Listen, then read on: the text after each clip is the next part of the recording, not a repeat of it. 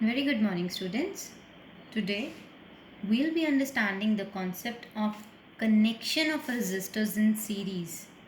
So आज हम series combination देखेंगे resistors in series. So बेटा हमें कैसे पता लगेगा? How do we know that the resistors are connected in series? There is a simple way बेटा.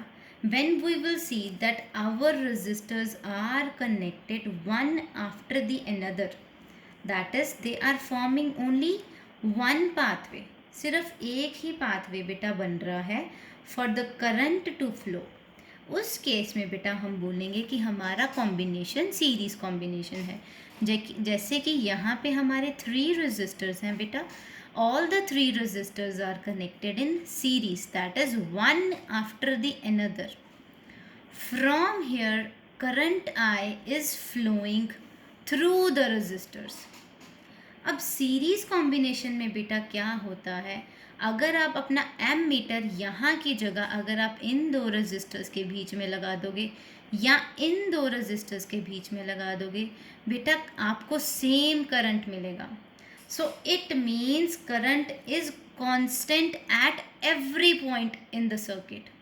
ठीक है, through out the circuit current will be same.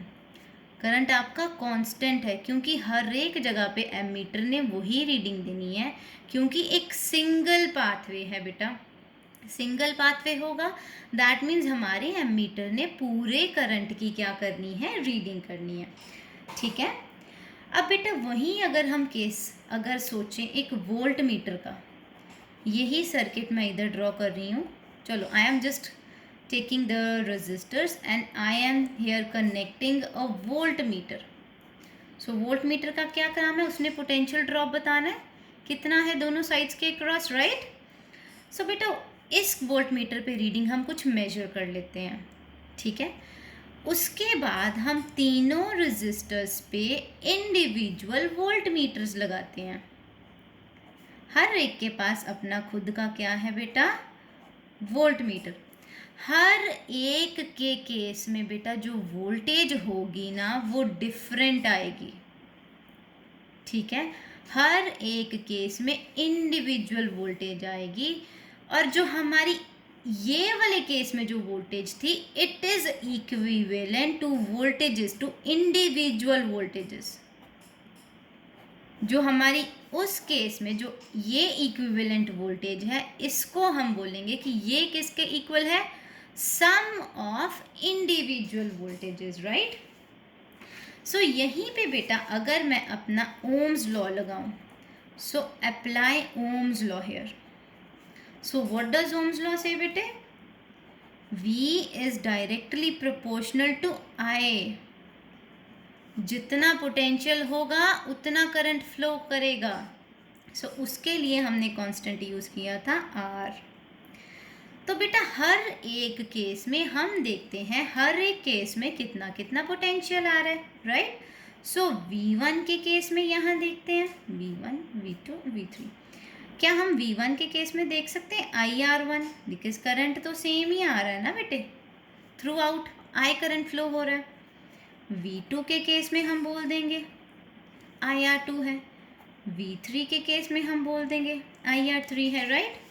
So according to our first equation, that is V is equals to V1 plus V2 plus V3, अगर हम ये वाली values यहाँ पे substitute करें, putting 2, 3, 4 and 5, putting 2, 3, 4 and 5 in equation 1, तो क्या हम यहाँ लिख सकते हैं IR is equals to IR1 plus IR2 plus IR3. तो बेटे taking I as common from here, तो हम ये I और I करंट यहाँ से कैंसल आउट कर देंगे.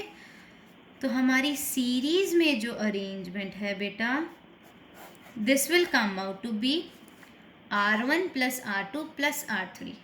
तो बेटा हम ओवरऑल कंबाइंड रेजिस्टेंस को क्या बोलेंगे, ये कंबाइंड रेजिस्टेंस जिसको हम इक्विवेलेंट रेजिस्टेंस भी बोलते हैं, equivalent resistance is the sum of individual individual resistances. किसका सम है? इंडिविजुअल रेजिस्टेंसेस का बेटे। और हमारी जो रेजिस्टेंस होती है ना बेटा, वो इंक्रीज करती है सीरीज कॉम्बिनेशन में। It increases in the series combination. क्यों इंक्रीज करती है बेटा? Because each resistor when added up in series, वो क्या करेगा?